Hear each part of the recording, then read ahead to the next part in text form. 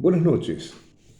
Como llegamos al Día del Amigo, una vez más, considero oportuno ofrecer esta reflexión acerca de la fuerza de la amistad en la literatura, fundamentalmente en la literatura filosófica y en la literatura religiosa.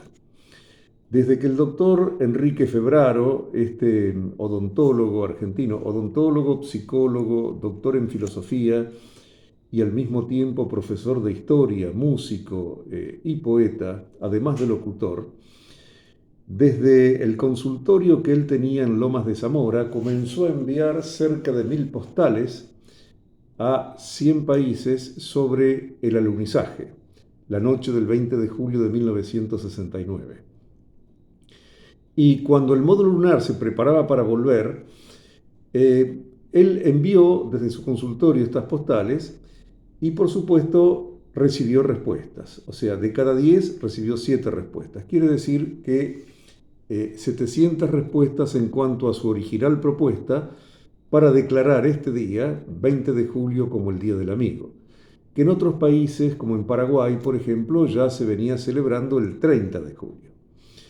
Pero en Argentina, oficialmente y luego de algunas gestiones burocráticas, esta propuesta del doctor Febraro, quien consideró que ese momento en que el módulo alunizaba en nuestro satélite natural debía ser considerado como un gesto de amistad de la humanidad hacia el resto del universo. Y así se instituyó aquí en Argentina el Día del Amigo. La literatura filosófica, sobre todo la literatura clásica, me refiero a la griega en particular, podría hablar también de la latina, de Cicerón. De Cicerón tendría muy poco que decir, o sea, no porque Cicerón haya dicho poco respecto de la amistad, al contrario, su extraordinaria obra llamada De Amicitia, escrita en el 44 antes de la era común, justamente caracteriza la amistad como el amor desinteresado que inclina a una persona hacia otra.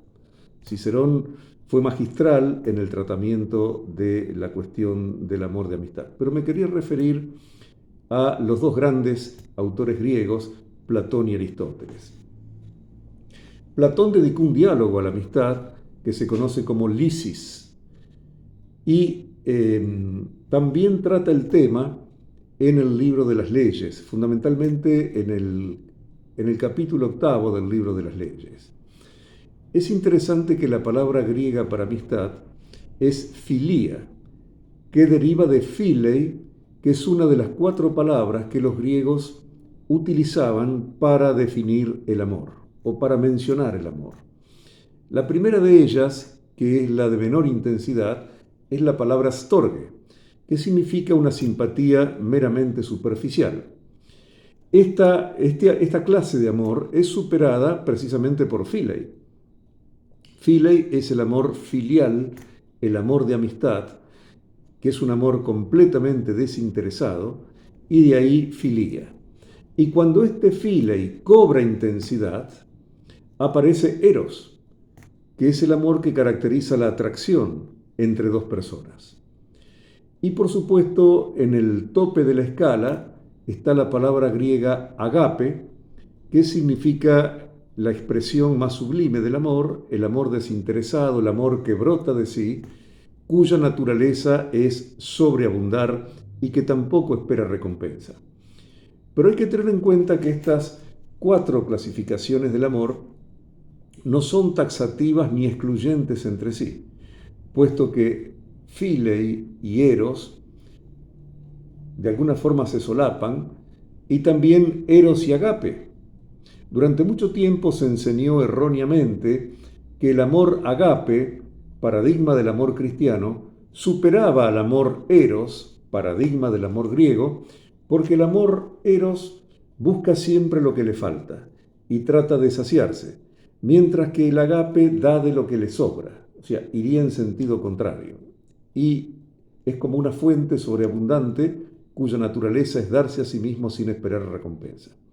Sin embargo, la lectura atenta de los textos, como por ejemplo el 6.º discurso en el banquete de Platón, el 6.º discurso que es conocido como el discurso de Diotima Sócrates, donde habla Sócrates y menciona justamente lo que le enseñó una antigua sacerdotisa de Mantinea, llamada Diótima, que conoció la dimensión daimónica, más elevada, la dimensión astral del amor, y había iniciado a Sócrates en todos los misterios del amor. Y ella dice allí que Eros toca el absoluto, es un amor de lo absoluto, con lo cual se identifica con Agape, más allá de las divisiones que han venido después, como por ejemplo un teólogo cristiano escandinavo llamado Nygren, que ayudó bastante a esta confusión en cuanto a que el Agape supera a Eros. Pero más allá de eso, quiero referirme justamente al amor de filía, que como digo, también se solapa con Eros. En el libro octavo de las leyes, Platón declara que es necesario examinar a la vez la naturaleza de la amistad, o sea, filía, del deseo, epitimía, y del amor, eros. Entonces se podría esperar que el gran ateniense llevara aquí a cabo una distinción meticulosa de cada una de las tres realidades mencionadas, pero para sorpresa nuestra, a continuación, él declara que la verdadera dificultad consiste en que un solo nombre se aplica a las tres realidades mencionadas.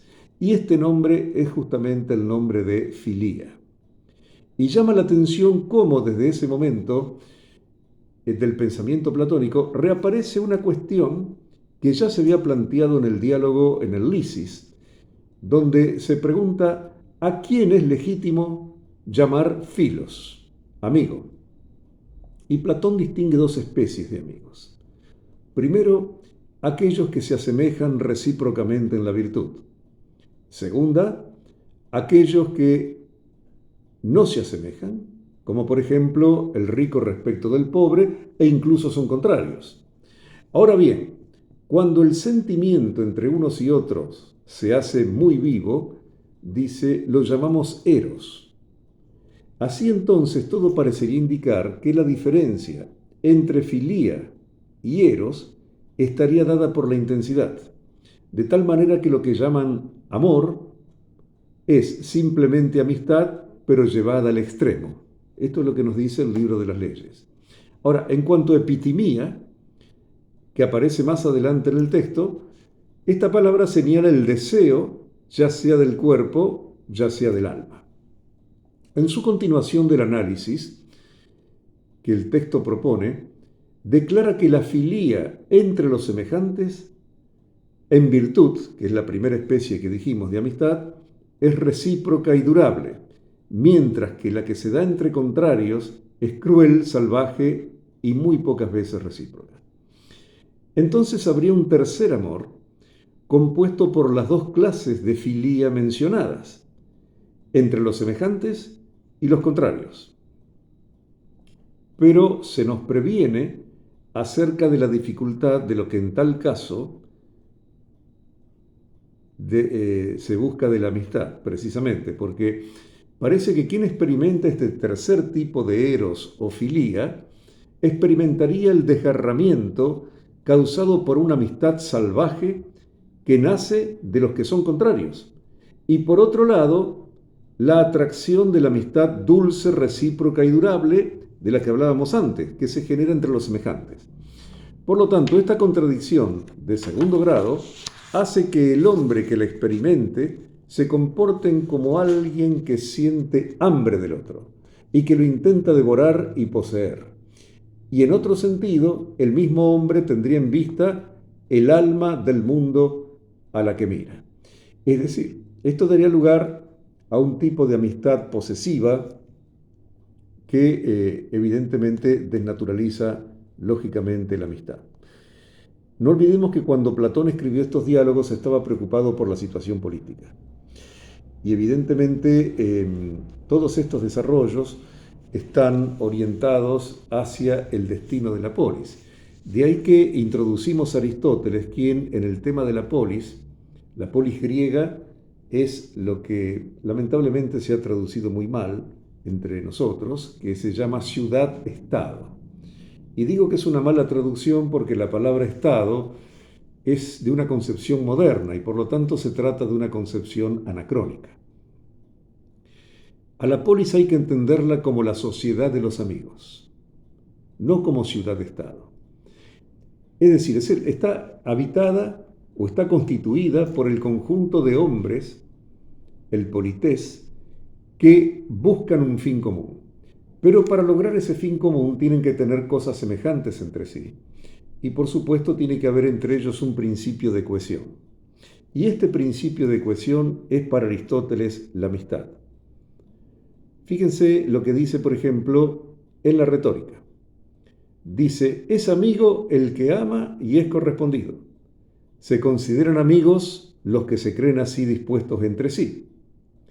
Pero la afirmación más contundente sobre la amistad, Aristóteles la hace en la Ética Nicómaco, en un pasaje muy conocido donde dice, es también verdad que el hombre bueno hace muchas cosas por causa de sus amigos y de su patria, hasta morir por ellos si es preciso. Estará dispuesto a abandonar riquezas y honores y en general todos los bienes por los que los hombres luchan, con tal de lograr para sí lo que es noble. Preferirá gozar intensamente un poco de tiempo a mucho tiempo de cualquier manera, y una acción hermosa y grande a muchas insignificantes. Este es igualmente el caso de los que dan su vida por otros. Eligen sin duda un gran honor para sí mismos. Ahora, no obstante haber dicho esto, que prefiere pasar un poco de tiempo antes que mucho tiempo, Aristóteles dice con mucho realismo que tales amistades son raras porque ya no quedan hombres así, y los que quedan son muy pocos, y que además es necesaria una relación amistosa mantenida en el tiempo y un trato frecuente, porque dice en la misma Ética Nicómaco, no es posible conocerse unos a otros antes de haber consumido juntos una arroba de sal. Es decir, para Aristóteles son amigos aquellos que han sido capaces de consumir una arroba de sal. ¿Qué es una arroba? Así como se ha banalizado entre nosotros el concepto de amistad y se ha banalizado la celebración del Día del Amigo, la arroba es una de las abreviaturas más banalizadas en la actualidad porque ha sido cooptada por cierta vertiente del lenguaje inclusivo que la utiliza para reemplazar la O y de esa forma quitar la aparente masculinidad de una palabra. Pero la arroba no es una letra que pueda sustituir a otra letra, sino que es una abreviatura de peso, una medida de peso antigua que es exactamente 11 kilos y medio. Es decir, 11,5 kilogramos de sal es lo que deben consumir dos personas para ser consideradas amigos. Esto requiere muchísimo tiempo. Puede llevar toda una vida consumir 11 kilogramos y medio de sal, lo cual nos dice Aristóteles que esto indica que la amistad requiere consolidarse, requiere tiempo y de esta manera fortalecerse. Bien, una de las expresiones religiosas más interesantes, o al menos en la literatura religiosa, acerca del amor, es sin duda la relación de amistad que guardaron David y Jonatán. El capítulo 18 del primer libro de Samuel nos dice que cuando el joven pastor había terminado de hablar con el rey Saúl, padre de Jonatán, Saúl detestaba a David, incluso lo persiguió hasta la muerte, y la escritura nos dice que después que terminó de hablar con su padre, el alma de Jonatán quedó ligada al alma de David.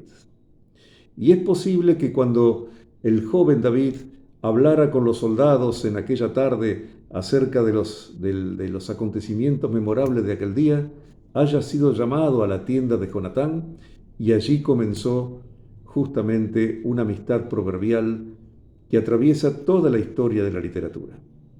El amor entre David y Jonatán fue un amor muy particular, a punto tal que cuando Jonatán va a la batalla junto a su padre Saúl, Saúl emprende la última batalla contra los filisteos, allí en el monte Gilboa y caen derrotados y muertos los dos. Lo interesante es que Jonatán decidió acompañar a su padre contra los filisteos a pesar de la pasión de amistad que sentía por David. Pero es uno de los grandes triunfos de los principios sobre el deseo, sobre la pasión, sobre los vínculos. Y David, que lamentó muchísimo la muerte de su amigo, allí a la sombra del monte Gilboa, sobre la cual el rey David oró pidiendo que nunca más cayera sobre él el rocío de la mañana ni la lluvia del atardecer, compuso una hermosa elegía, un canto fúnebre que se conoce como la elegía del arco, debido a la habilidad que tenía Jonatán con el manejo del arco y la flecha. Y dice así: ¿cómo han caído los valientes? La gloria de Israel ha sido traspasada en tus alturas. Jonatán, amigo mío, hermano mío, más maravilloso me fue tu amor que el amor de las mujeres. Y aquí está el rasgo extraordinario de lo que es el amor de amistad. El desinterés del que luego hablará Cicerón, de esta clase de amor, y que es muy distinto al amor erótico entre dos personas. ¿Por qué razón? Porque aquí no media el interés sexual, no media otra cosa más que la inclinación hacia la virtud del otro, el deslumbramiento hacia las condiciones del otro. Por eso siempre juzgamos a los hombres por sus amigos y por la admiración que éste despierta en ellos. Y ese fue el caso de David y Jonatán. Entonces, yo creo que conviene recordar todas estas hermosas piezas de la literatura al momento de celebrar el Día del Amigo. Y no olvidar tampoco lo que fue el acontecimiento fundacional que está detrás, que está en el trasfondo del Día del Amigo y que muy pocos conocen, tal vez porque no han tenido el privilegio de pertenecer a la generación de aquellos que lo vimos por la televisión en directo, que fue la llegada del hombre a la luna. Borges, en un poema maravilloso, titulado 1971, justamente liga el acontecimiento del alunizaje a la amistad. Y como si tuviera una intuición profética de lo que vendría después, justamente habla de los mágicos amigos que aquella noche caminaron por la luna. El poema dice así: dos hombres caminaron por la luna, otros después. ¿Qué puede la palabra, qué puede lo que el arte sueña y labra ante su real y casi irreal fortuna? Ebrios de horror divino y de aventura, esos hijos de Whitman han pisado el páramo lunar, el inviolado orbe que antes de Adán pasa y perdura. El amor de Endimión en su montaña, el hipogrifo, la curiosa esfera de Wells, que en mi recuerdo es verdadera, se confirman. De todos es la hazaña. No hay en la tierra un hombre que no sea hoy más valiente y más feliz. El día inmemorial se exalta de energía por la sola virtud de la odisea de esos mágicos amigos. La luna, que el amor secular busca en el cielo, con triste rostro y no saciado anhelo, será su monumento eterna y una. Muchas gracias.